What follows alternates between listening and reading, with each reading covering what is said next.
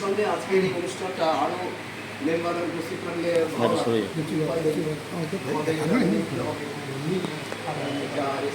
নেই বলছে তাহলে মন ভালো। সুতরাং আমরা যাই এসেছি সেটা জানানোর জন্য এগুলি আমাদের কাছে বিদ্যাসাগর সম্পর্কে আলোচনা এটুকু হয়েছে, আরও করার অনেক সুযোগ আছে। একটা কথা বলবো, বিদ্যাসাগর এসছে এমন একজন মানুষ, সেই সময়ে বা তার পরবর্তীকালের অনেক মানুষ তার সম্পর্কে এমন কিছু কথা বলেছে যাতে তার উচ্চতার মাপা যায়। কি উচ্চতার মানুষ ছিয়েছে, সবচেয়ে বড় উদাহরণ দিয়েছেন মাইকেল মধুসূদন দত্ত। বলছে knowledge of N ancient sense, energy of N English man, art of A Bengali man. এগুলো কার মধ্যে আছে? তার উপলব্ধি রবীন্দ্রনাথ বলছেন দয়াময় বিদ্যালয়। বিদ্যাসাগর চরিত্রের প্রথম বিষয় হচ্ছে তার অজেয় পৌরুষ অক্ষায়ুষ।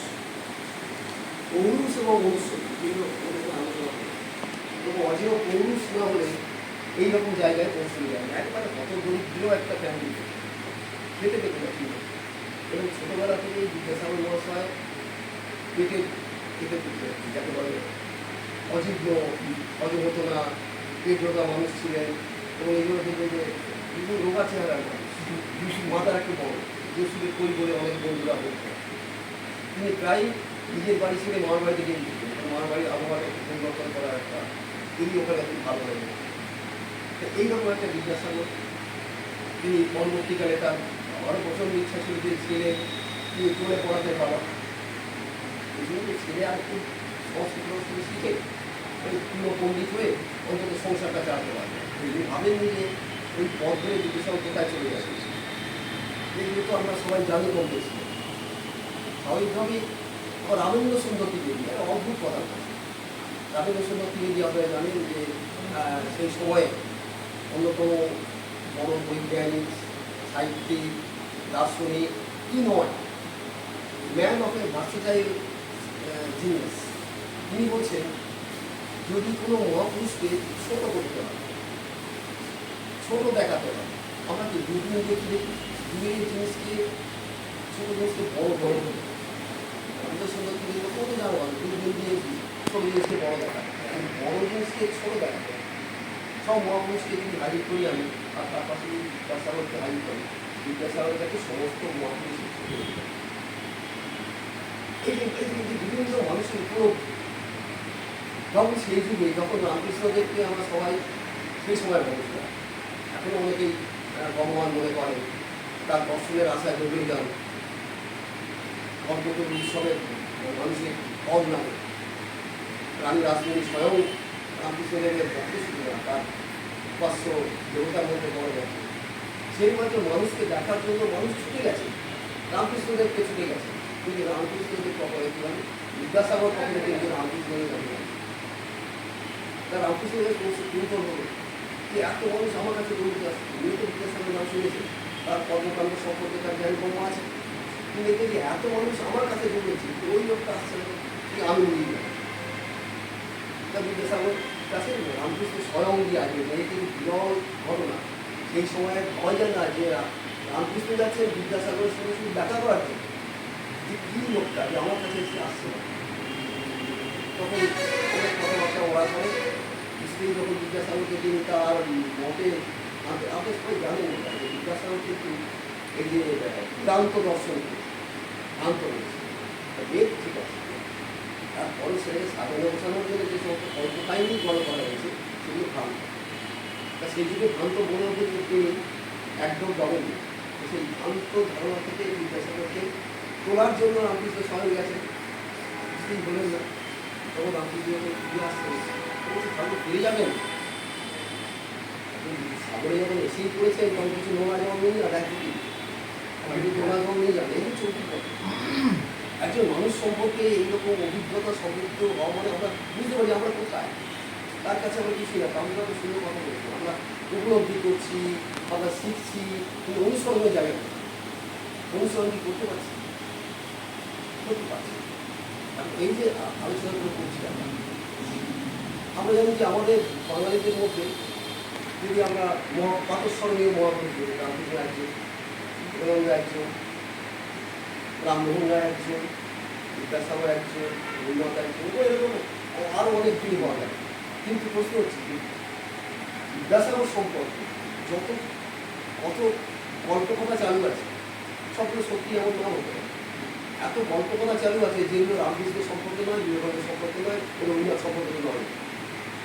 অপূর্ব ব্যক্তিত্ব, অদ্ভুত, মানে দেশাচারের ঊর্ধ্বে। বলছি আমি দেশাচারের দাস নই। আমি মনে করি মানুষের জন্য কাজ করাটাই আমার কাজ। যে রামমোহন রায় যেখানে শেষ করলেন, মধ্যে মনে পড়ে যাচ্ছে, রামমোহন রায় যেখানে শেষ করলেন যে বিধবাদের দাহ করা যাবে, সতী দাহ করা যাবে, কারণ পাস হয়ে গেল আইন।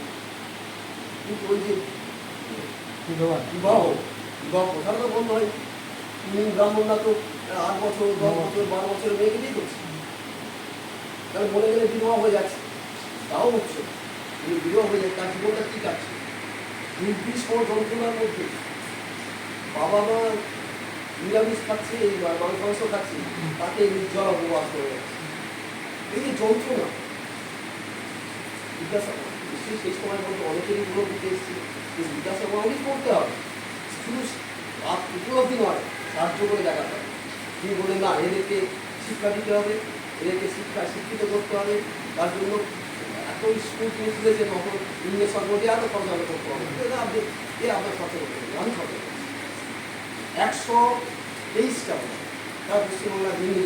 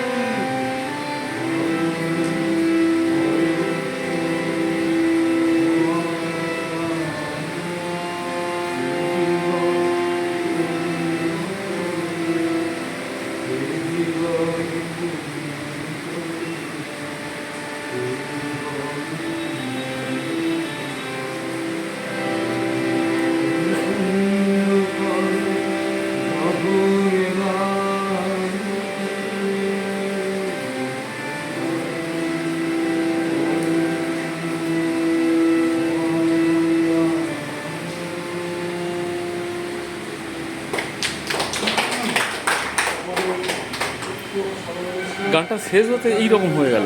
এটা এটা ইয়ে মাছ আচ্ছা আচ্ছা এটা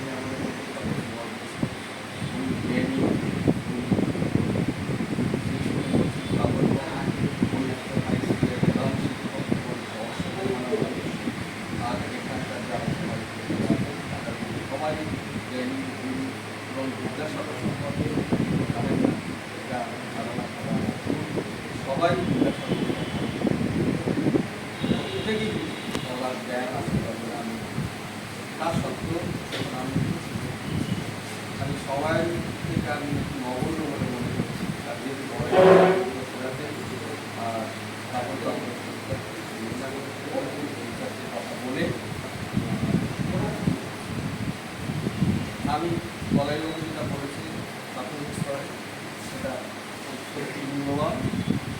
আমি অল্প বিচার কথা বলবো। তারপরে একজন বিখ্যাত লেখক একটা তার ইন্টারভিউ সাংবাদিকদের একটা সাক্ষাৎকারে বলেছিলেন যে তার বাবা তাকে স্থির হতে বলেছিলেন। তিনি সাক্ষাৎকারে বলেছিলেন, আমার বাবা বলেছে আমরা সাধারণত কেউ অধ্যাপক, কেউ ইঞ্জিনিয়ার, কেউ ডাক্তার, কেউ আরও বড় বড় মানে উন্নত মানুষও কেউ আমাদের বাবা মারা করে।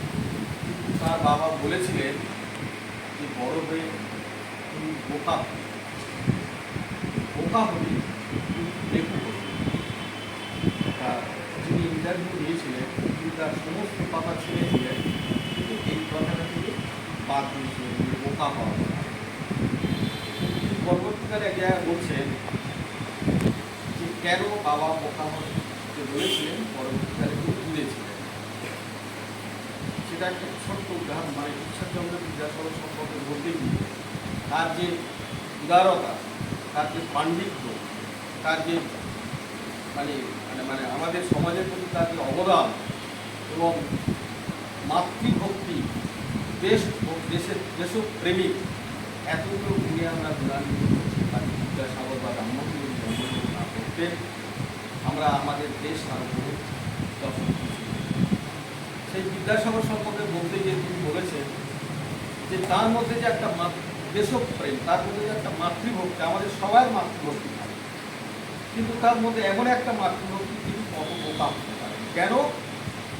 তার ভাইয়ের চাকরি, তার ভাইয়ের বিয়ে উপলক্ষে তার মা একটা চিঠি দিয়েছেন। চিঠির পরিপ্রেক্ষিতে তিনি যেখানে চাকরি করেন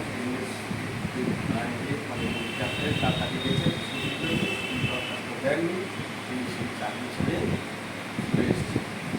মায়ের ডাকে সাড়া দিয়ে দুর্যোগপূর্ণ আবহাওয়া, উত্তাল নদী, সেই সময় উত্তাল নদী, গভীর রাত, সেটা উপেক্ষা করে তিনি মায়ের ডাকে সাড়া দিয়ে চাকরি ছেড়ে। এই যে তিনি আমরা যদি হতাম, লেখক বলতে চাইছে যে আমরা যদি হতাম এত বোকামি করতাম যে না আমি আর চাকরিটা ছেড়ে দেবো, বা আমরা মায়ের কাছে আমি কাল যাবো, মা ছোট্ট ছুটিতে জানাতাম মা আমি সুযোগ পাইনি আমার চাকরি থেকে বরখাস্ত করতে, আমি মাকে একটা ছোট ছুটি দিতাম। বিদ্যাসাগর কী করতেন, মানে এটা আমরা হলে বোকামি করতাম। বিদ্যাসাগর কী করলেন, বোকামি করলেন বলে চাকরি ছাড়লেন, মায়ের ডাকে সাড়া দিয়ে সেখানে উপস্থিত হলেন এবং মাতৃভক্তির যে প্রমাণ, আমরা যেমন মাকে প্রমাণ সবাই আমরা মাতৃভক্তি ধরে জানি, বিদ্যাসাগর যে মাতৃভক্তি দেখিয়েছেন সেটা কিন্তু অতুলনীয়। সেটা আজকে জনস্মৃতি হলেও মানে মনে হলেও আমাদের কাছে যেন আমরা মনে করি যে একটা স্বপ্ন, আমরা মনে করি অলৌকিক গল্প, কিন্তু সেটা অলৌকিক গল্পটা আজকে জনস্মৃতি গল্প। তাহলে বোকা না হয়ে কী হলেন, ব্যক্তি হলেন, বোকা তিনি হলেন বলে, কিন্তু তিনি যে তেজ দেখালেন, তিনি যে মানে তার যে দেখালেন, তার যে দেশপ্রেম, মাতৃপ্রেম যেটা দেখালেন, সেটা কিন্তু বোকা হয়েও কিন্তু বেকুব হলেন না, সেটা আমরা স্মরণ করতে পারি। আরেকটা কথা, তিনি যখন মানে ইংরেজদের করার জন্য উপযুক্ত জবাব দেওয়ার জন্য তিনি যে করে মানে ইংরেজদের সামনে পায়ের দুটো পায়ের যে রেখেছিলেন, এটা তার ইংরেজদের প্রতি বিদ্বেষ এবং দেশপ্রেম, এটাও এক ধরনের বোকামি। আমরা হলে এই বোকামিটা করতাম না, কিন্তু তিনি বোকামি করলেন বলে। অর্থাৎ তিনি যে মানে লেখক বলতে চেয়েছেন যে আমরা সবাই বোকা কিন্তু বেকুব নই। বিদ্যাসাগর বোকা কিন্তু বেকুব নয়। তিনি যা দেখিয়েছেন, তিনি যা প্রমাণ করে গেছেন, সেটা আমাদের দেশের পক্ষে, আমাদের দশের পক্ষে বোকামি বলে মনে হতে পারে, আমরা বলে বোকামি বলে মনে হতে পারে, কিন্তু তিনি বোকামি করেন, বেকুব বোকামি তার মধ্যে দেশপ্রেম, তার মধ্যে এত কিছু আছে। আমরা এই সমস্ত মানুষকে দিয়ে গর্বিত। শুধু আমি এই কথাই বললাম যে আমরা সবাই অধ্যাপক হতে চাই, আমরা সবাই ইঞ্জিনিয়ার হতে চাই, আমরা সবাই সমাজে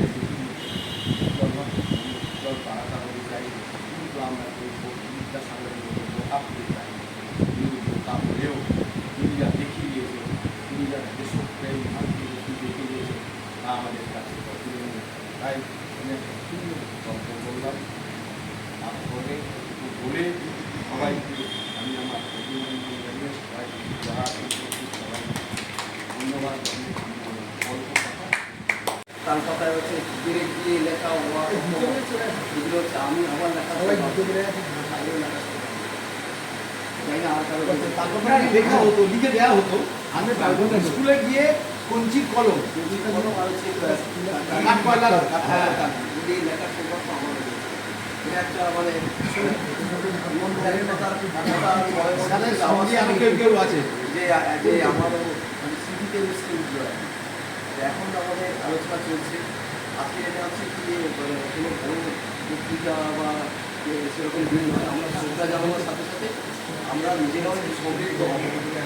যার যে অভিজ্ঞতা যদি অল্প করেও বলেন তাহলে আমরা আমরা সবাই সমৃদ্ধ হব। আমি হচ্ছে মানে নরেন্দ্র মোদী বিদ্যার সাগর তুমি বিখ্যাত ভারতী গঙ্গার চিনি তুমি সেই জানে মনে দিন যে দিনে বন্ধু উজ্জ্বল হিমাদ্রি হেমকান্তি অম্লান কিরণে কিন্তু ভাগ্য বলে এই যে মহাপর্বতে হেমং আশ্রয় লয় সুবর্ণ চরণে যে জানে এই কত মতে বিদীক্ষ কি সেবা তার সে সুখ জানে বাড়ি নদীর বেল বিমলা তুমি বিদ্যাসাগরের জন্মস্থান মেদিনীপুরের বিশিন্ন গ্রামে। পিতার নাম ঠাকুরদাস বন্দ্যোপাধ্যায়, মাতার নাম ঠাকুর। তিনি 1820 সালে 26শে সেপ্টেম্বর জন্মগ্রহণ করেন এবং 1991 সালে জুন মাসে মৃত্যুবরণ করেন। আজ তার বিশাল জন্মদিনে সত্যি পালন করছে।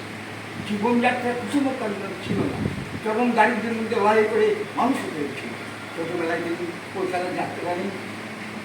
যাবার সময় রাস্তার মাইল ফলে দেখে তিনি বর্ণনা শিখেছেন।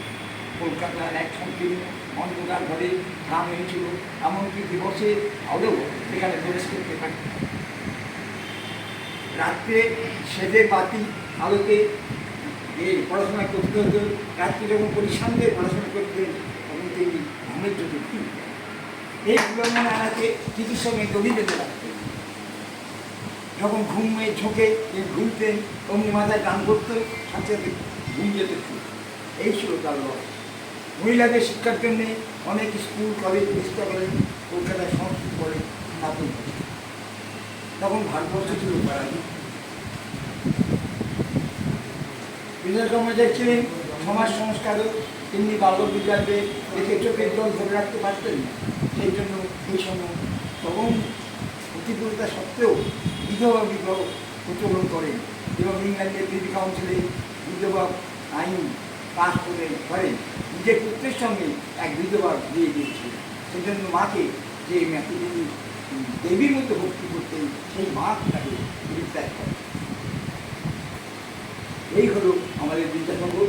তার কার্যকরী স্মৃতি দেখে শ্রদ্ধা জানিয়ে সকলকে ধন্যবাদ জানাই। বিদ্যাসাগর ছিলেন তিনি মানুষের মুক্তির জন্যে এই এই দেহে জন্ম নিলে তুমি নারী শিক্ষার জন্য কত লড়াই করেছিলে তুমি, তার যে জানে ভারত দুনিয়া। যে বাল্য বিধবাদের দেখে চোখের জল বাধা মানতে পারত না, তাদের জীবন সুন্দর করতে ইংল্যান্ডে আইন পাস করে তুমি। কেমন করে তোমার ঋণ শোধ করবো আমি, চরম দারিদ্র তোমার প্রতিজ্ঞা থামাতে পারিনি, সেসব জানি ভারত। আবার তবে তুমি জন্ম নেবে, সেদিনের জন্য আমরা চেয়ে থাকবো, আমরা দিন বলে যাব আমি। আমাদের সঙ্গীত হয়েছে। এখন আমাদের রাষ্ট্রপতি ভাষাকে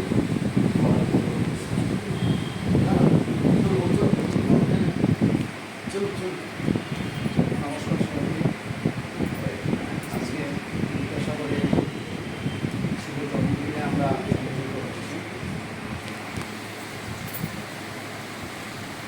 আড়ম্বর করে তাকে সম্মান জানাই প্রতি বছর। বেশি বলা হয় না, প্রতিদিনই আমরা স্মরণ করি এমন যে মানুষজনদের, তার মধ্যে বিদ্যাসাগর একদম প্রথমের দিকে। নতমস্তকে আমরা তাকে শ্রদ্ধা জানাই। কিন্তু সেই সঙ্গে আমরা অনুধাবন করি আত্মসমালোচনার রাজনীতির বিদ্রোহ এই সমস্ত মানুষ যারা প্রায় 200 বছর আগে আমাদের বাংলায় জন্মগ্রহণ করে সারা বিশ্বকে আলোকিত করেছিলেন, সারা দেশ ভারতবর্ষকে পথ দেখিয়েছেন, অনেক কথা লিখেছেন, উপদেশ দিয়েছেন, কিছু কাজ করেছেন, আরও নিশ্চয়ই কাজ করার ইচ্ছে ছিল, তার পথ অনুসরণ কতখানি আমরা করতে পারছি। আমরা অনুধাবন করছি, কিন্তু অনুসরণ করতে পারছি কি, এটা খুব ভাবায়। আমরা আলোচনা করছি, আমরা বইয়ে লেখা পাচ্ছি, স্যার বললেন, মাস্টারমশাই বললেন, আমরা খুব ভালো লাগলো, কিন্তু এটা আমাদের মনে রাখার বিষয় যে আমরা এটা পাচ্ছি তো। 200 বছর পরে আমরা তাকে স্মরণ করছি, তার ভাবনা চিন্তা, তার লেখা উপদেশ, তার কাজকর্ম, নারী শিক্ষা, সমাজ সংস্কার নিয়ে যে ভাবনা, আমরা কি সেখানে পড়ে আছি না ফিরে গেছি? অন্তত তাকে অনুসরণ করতে পারছি কিনা ভাবার দরকার বলে আমার মনে হয়। একটা গল্প দিয়ে আমি শেষ করি, বলেছি নতুন কিছু না, আজকে প্রাসঙ্গিক হবে। বিদ্যাসাগরের কঠোর মনে বহু পরিচয় পাওয়া যায়।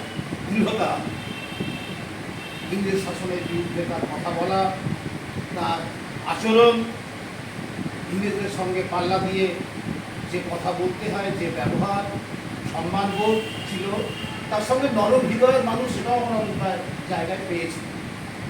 একদিন তিনি এক বন্ধু সমবয়সী বাবুকে সঙ্গে নিয়ে রাস্তা থেকে হেঁটে যাচ্ছেন, হঠাৎ একটা মোট মাথায় তিনি কাউকে যেন দেখে সঙ্গী যে বুঝতে পারেননি, হঠাৎ একটু জোরে খানিকটা দৌড়ের মতো একটা অন্য রাস্তায় ঢুকে গেলেন, একটা গলির মধ্যে চলে গেলেন ছুটে।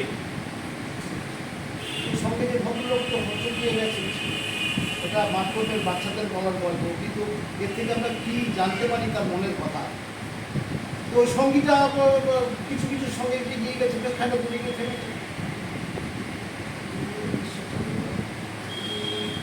এভাবে হঠাৎ ওদিকে যাওয়ার কথা, দৌড় লাগিয়ে দিকে চলে এলে কেন? আরে শোনো শোনো, তখন বলার সুযোগ ছিল না। ওই ওদিক দিয়ে রাস্তায় যে লোকটি আসছিল, বলে হ্যাঁ আমি তো গেল, বলে ও আমার কাছ থেকে কিছু অর্থ সাহায্য নিয়েছিল বহুদিন আগে, তারপরে দিতে পারেনি, বা দেওয়ার মতলব নেই, বা ভুলে যায়। আমার সঙ্গে দেখা হলে কয়েকবারই খুব অপস্থিতে ভুলে লজ্জা হয়, লজ্জা পাওয়ার মতো কাঁচুমাচু করে বিদ্যাসাগর মশাই আমি দিয়ে দেবো, দিতে পারছি না, খুব একেবারে নম্রতা এবং খুব কাকুতি মিনতি করে। এবারও সেই অবস্থা তৈরি হবে, সেটা আমি সহ্য করতে পারি না। এই বিষয়টা এড়ানোর জন্যে আমি ওর সামনাসামনি না হয়ে একটু পালিয়ে এলাম, তোমাকে বলার সুযোগ পাই। এর থেকে কি শিক্ষা পাই, কি তার ভাবনা, মনের পরিচয়, আমরা সকলেই অনুধাবন করতে পারছি। তো আমি প্রথম শুরু করলাম যেটা আক্ষেপ দিয়ে, আত্মসমালোচনা দিয়ে, আমি তা শেষ করি আজকের দিনে আশাপূর্ণা দেবীর একটি কথা। 100 বছর পরে বা আরও সাম্প্রতিককালের লেখিকা আমাদের সমৃদ্ধ করেছেন, আমাদের আলোকিত করেছেন, এরকম মানুষজনের মধ্যে একজন তিনি থেকে বলছেন, এই পৃথিবীতে এত আলো, তাও পৃথিবীর মানুষগুলোর মধ্যে এত অন্ধকার কেন? একটি লাইন আমরা ভাবতে পারি কিনা? আমাদের যদি ভাবায়, তাহলে আমরা বোধহয় অনুসরণ করতে পারবো এই সমস্ত মানুষকে। নমস্কার সবাইকে, ধন্যবাদ। তার প্রতি আমার শ্রদ্ধা নিবেদন করেছি, আমার তার প্রতি গান দিয়ে আবারও আমি শ্রদ্ধা নিবেদন করতে চাইছি।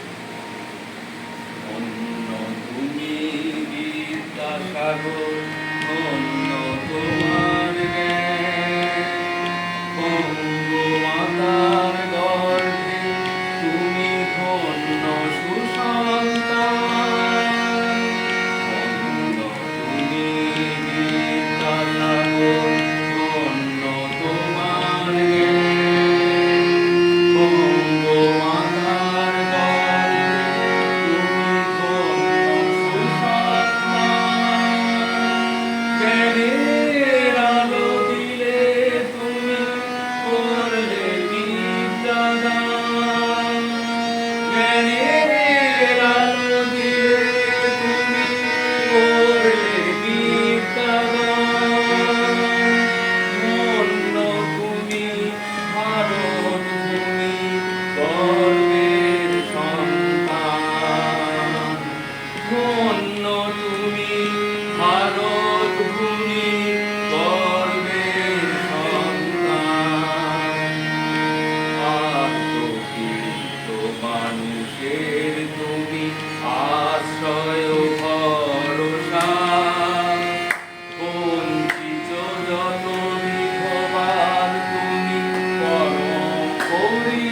ত্রাতা মানুষের তুমি আশ্রয় ভরসা বঞ্চিত যত বিধবার তুমি পরম পরিত্রাতা করুণা সাগর